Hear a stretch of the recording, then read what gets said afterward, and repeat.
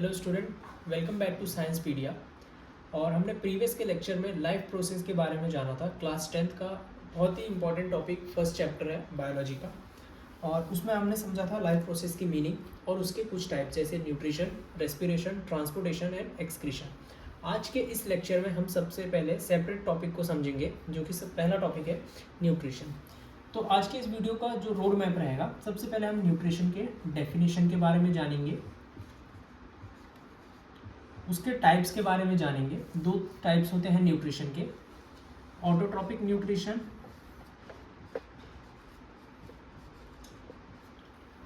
Heterotrophic nutrition. और heterotrophic के 3 types होते हैं, सब टाइप्स, इसके बारे में हम जानेंगे। होलोजोइक, पैरासाइटिक,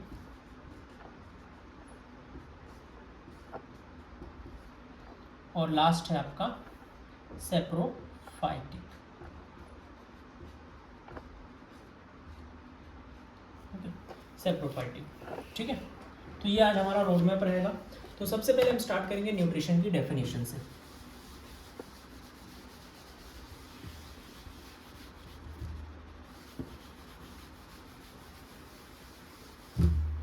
न्यूट्रिशन की डेफिनेशन है द प्रोसेस बाय, मैं आपको इस डेफिनेशन सारे पीडीएफ प्रोवाइड कर दूंगा डिस्क्रिप्शन में लिंक देके। तब तक आप सिर्फ इसका बेसिक समझिए और लिखने का काम आप पीडीएफ से देखकर आप डेफिनेशन लिख लीजिएगा। तो न्यूट्रिशन का बेसिक मीनिंग होता है the process by which organism obtain nutrients to survive and function. क्या ऑब्टेन करते हैं? न्यूट्रिएंट्स, किस चीज के लिए? सर्वाइव करने के लिए और बॉडी के फंक्शन को परफॉर्म करने के लिए, ठीक है। वेदर ये आप रेस्टिंग पोजीशन में हो आपकी बॉडी या फिर कोई वर्किंग पोजीशन में हो, दोनों चीज़ों के लिए आपको न्यूट्रिएंट्स की जरूरत पड़ेगी। आपके ऑर्गन्स को परफॉर्म करने के लिए, उनके फंक्शन को परफॉर्म करने के लिए आपको न्यूट्रिएंट्स की जरूरत पड़ेगी। तो जिस प्रोसेस से कोई भी लिविंग ऑर्गेनिजम्स न्यूट्रिएंट्स लेता है, जैसे फूड या कोई भी, और उसे एनर्जी मिलती है किस लिए? सर्वाइव करने के लिए, उस प्रोसेस को बोला जाता है न्यूट्रिशन। ओके, इस न्यूट्रिशन के 2 टाइप होते हैं, ऑटोट्रॉपिक न्यूट्रिशन और हेट्रोट्रॉपिक न्यूट्रिशन, जो कि बहुत ही ज़्यादा इंपॉर्टेंट है। ये बोर्ड में अक्सर पूछे जाने वाला क्वेश्चन होता है, ठीक है। तो ध्यान से समझना, मैं आपको डेफिनेशन पीडीएफ में प्रोवाइड कर दूंगा। इसे मैं आपको डिफरेंस से समझाता हूँ ताकि आपको इजीली याद रहेगा, आप लिंक कर पाएंगे, और एक याद होने से आपको दूसरा याद करने की जरूरत नहीं पड़ेगी, ऑटोमेटिक आपको दूसरा याद हो जाएगा। Heterotrophic nutrition, okay. Autotrophic nutrition, auto means self, यानी ऐसे लिविंग ऑर्गेनिज्म जो सेल्फ डिपेंडेंट है, वो किसी पे अपने खाने के लिए किसी और पे डिपेंड नहीं है, वो खुद का खाना खुद बना सकते हैं, ठीक है, सेल्फ डिपेंडेंट। जैसे प्लांट्स, ओके, प्लांट्स अपना खाना क्या बनाते हैं? खुद बनाते हैं, वो किसी और पे डिपेंड नहीं करते। वो फोटोसिंथेसिस की प्रोसेस होती है, उसके द्वारा वो खुद का खाना खुद बनाते हैं, सनलाइट एब्जॉर्ब करते हैं, उनके अंदर क्लोरोफिल मटेरियल पाया जाता है, जो कि एब्जॉर्ब की हुई सनलाइट को, एब्जॉर्ब किए हुए केमिकल्स को एनर्जी में कन्वर्ट करता है, और उससे उनका खुद का न्यूट्रिशन प्रिपेयर्ड होता है। तो इसे कहते हैं हम ऑटोट्रॉपिक न्यूट्रिशन या ऑटोट्रॉपिक ऑर्गेनिज्म, जो कि सेल्फ डिपेंडेंट होते हैं। इसी का अपोजिट हेट्रोट्रॉपिक, जो दूसरों पे डिपेंड होते हैं। ये खुद से अपना खाना नहीं बनाते, ये दूसरों पे डिपेंडेंट होते हैं, यानी सेल्फ इंडिपेंडेंट कह सकते हो, इंडिपेंडेंट, ओके। जैसे ह्यूमंस, ठीक है, टाइगर्स, ओके। तो ये खुद का खाना खुद नहीं बनाते, ये दूसरों पे डिपेंड रहते हैं, ये अपने प्रोसेस, न्यूट्रिशन प्रोसेस को दूसरों के डिपेंड होकर कंप्लीट करते हैं, ठीक है। अब मैं बात करता हूँ हेट्रोट्रॉपिक के टाइप्स की, ओके। आपको बेसिक समझ में आ गया, डेफिनेशन आपको मैं पीडीएफ से दे दूंगा, और इम्पॉर्टेंट यही है कि आप एटलीस्ट बेसिक समझें ऑटो और हेट्रो में क्या डिफरेंस है, और कैसे आप उसको बिना याद किए सोच कर भी आप उसका आंसर लिख सकते हैं, रटने की कोई ज़रूरत नहीं है, ठीक है। अब बात करेंगे हम हेट्रोट्रॉपिक न्यूट्रिशन के सब टाइप के बारे में। तो हेट्रो मतलब जो दूसरों पे डिपेंडेंट है, तो इसका पहला टाइप आता है होलोजोइक, ठीक है। ऐसे लिविंग ऑर्गेनिज्म जो अपने फूड को, दूसरों पर डिपेंड है लेकिन अपने फूड को खुद से इंजेस्ट कर सके, डाइजेस्ट कर सके, एब्जॉर्ब कर सके और एसिमिलेट कर सके। एसिमिलेट यानी उस चीज को प्रोसेस आउट कर सके, ठीक है, यानी इंजेस्ट कर सके, डाइजेस्ट कर सके, एब्जॉर्ब कर सके और एसिमिलेट कर सके। खुद से वो अपने खाने को ले सके और जाते ही वो डाइजेस्ट कर सके उसे और बॉडी में एब्जॉर्ब कर सके ताकि वो दूसरी जगह पूरे ऑर्गन्स में एब्जॉर्ब हो जाए और ट्रांसपोर्ट हो और एनर्जी प्रोवाइड करे, और एनर्जी प्रोवाइड करते जब उसका काम हो जाए तो वो एसिमिलेट यानी प्रोसेस्ड आउट होके बाहर हो जाए, ठीक है। इसे कहते हैं होलोजोइक। इसका एग्जाम्पल है आपका ह्यूमन बींग्स, ओके, ठीक। सेकेंड टाइप आता है आपका पैरासाइटिक। पैरासाइटिक, ठीक।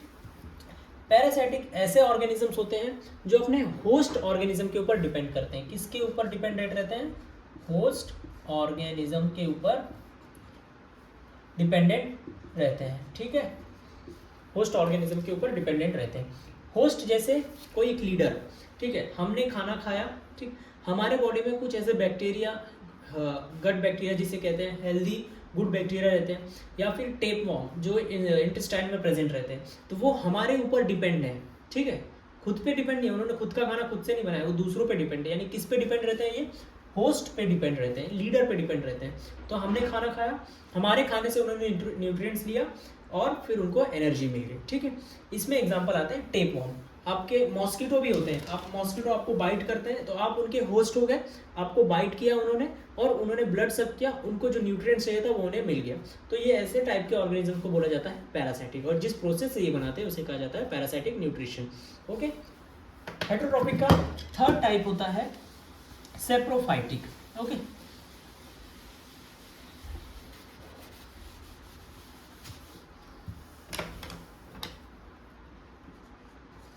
थर्ड टाइप होता है सेप्रोफाइटिक,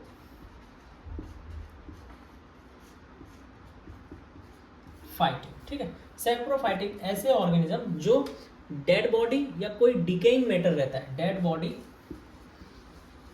और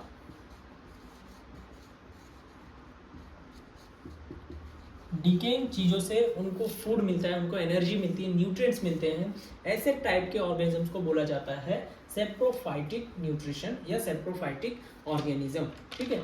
इसके एग्जांपल्स में आते हैं जैसे फंगाई, ओके, FUNGI। अगर हिंदी में हम दूसरा एग्जांपल बात करें तो दीमक, जैसे लकड़ी हो गई, ठीक है, वो डीके हो रही है, सड़ रही है, खराब हो रही है, तो उसे कौन खाता है? दीमक खा के खराब करता है। यानी वो किस पे डिपेंडेंट है? कोई ऐसी चीज़ है जो डीके हो रही है, ठीक है, इसे कहा जाता है सेप्रोफाइटिक ऑर्गेनिज्म। अब लास्ट टॉपिक है इसका इंपॉर्टेंट है ऑटोट्रॉपिक का, फोटोसिंथेसिस। फोटोसिंथेसिस में बेसिकली जो प्रोसेस होता है, जैसे एनिमल्स ने फोटोसिंथेसिस,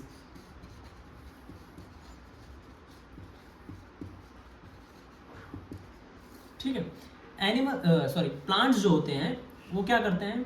सनलाइट या लाइट एनर्जी को क्या करते हैं? एब्जॉर्ब करते हैं। सनलाइट प्लस CO2 जो एटमॉस्फेयर में प्रेजेंट है प्लस वाटर, ठीक है, इनको ये क्या करते हैं? एब्जॉर्ब करते हैं।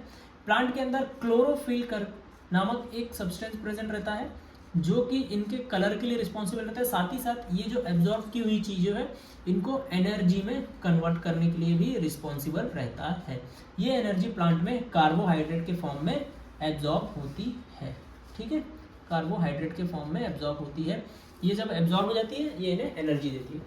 कुछ एनर्जी तुरंत यूज नहीं होती, स्टोर्ड फॉर्म में प्रेजेंट रहती है, जिसे हम कहते हैं स्टार्च, ठीक है, स्टार्च, ओके। ये हो गया। स्टार्च होने के बाद इसमें फोटोसिंथेसिस में एक इम्पॉर्टेंट केमिकल रिएक्शन है जो बहुत ज़्यादा इंपॉर्टेंट है। ये लास्ट ईयर MP बोर्ड में पूछा गया था और लास्ट ईयर हेटेरोट्रॉपिक भी पूछा गया था। ये बहुत ज़्यादा इंपॉर्टेंट है, तो आप इस टॉपिक को तो बिल्कुल स्किप ना करें, इससे एक क्वेश्चन तो फिक्स आता ही है। जैसे लास्ट ईयर हेटेरोट्रॉपिक पूछ लिया तो इस ईयर शायद ऑटोट्रॉपिक पूछ सकता है, ठीक है। तो मैं केमिकल रिएक्शन आपको बताता हूँ। 6CO2 कार्बन डाइऑक्साइड, राइट, मैंने बताया आपको कार्बन डाइऑक्साइड रहता है, 12H2O, ठीक, किसकी प्रेजेंट में? मैंने बताया आपको सनलाइट, ठीक है, सनलाइट भी रहेगी, राइट, और किसके द्वारा? क्लोरोफिल के द्वारा। किसके द्वारा? तो क्लोरोफिल रहता है, ठीक है। क्लोरोफिल की प्रेजेंस में ये होता है। जो मेन रिएक्शन बनता है इसमें हमारा ग्लूकोज बनता है C6H12 जो एनर्जी देता है प्लांट को, C6H12 प्लस साथ ही साथ और कुछ प्रोडक्ट हमारे पास आते हैं, oxygen 6O2 6 molecule of oxygen and 6 molecule of H2O। तो स्टूडेंट ये जो रिएक्शन है ये बहुत इंपॉर्टेंट रिएक्शन है, इसे आप किसी भी तरीके से भूले ना और इसे याद करके रखें। फोटोसिंथेसिस में पूछा जाने वाला ये बहुत ही ज़्यादा इंपॉर्टेंट रिएक्शन है। सबसे पहले फोटोसिंथेसिस में एनर्जी एब्जॉर्ब होती है, केमिकल में कन्वर्ट होती है क्लोरोफिल के द्वारा, फिर उसके बाद ये कार्बोहाइड्रेट, क्लोरोफिल इन्हें एनर्जी प्रोवाइड करता है ग्लूकोज के फॉर्म में, कार्बोहाइड्रेट के फॉर्म में। तो थैंक यू गाइज, आप इस चैनल को सब्सक्राइब कर लीजिए। हमारा यहाँ पे न्यूट्रिशन टॉपिक जो है वो ख़त्म हो चुका है और आगे मैं अब रेस्पिरेशन स्टार्ट करूँगा, तो आप इस चैनल को सब्सक्राइब कर लीजिए, साथ ही साथ इसे लाइक कर दीजिए इस वीडियो को, और जिन्हें भी ये ज़रूरत है उन्हें आप शेयर कर दीजिए और कमेंट कर दीजिए आपको कौन सा नेक्स्ट टॉपिक चाहिए। Thank you.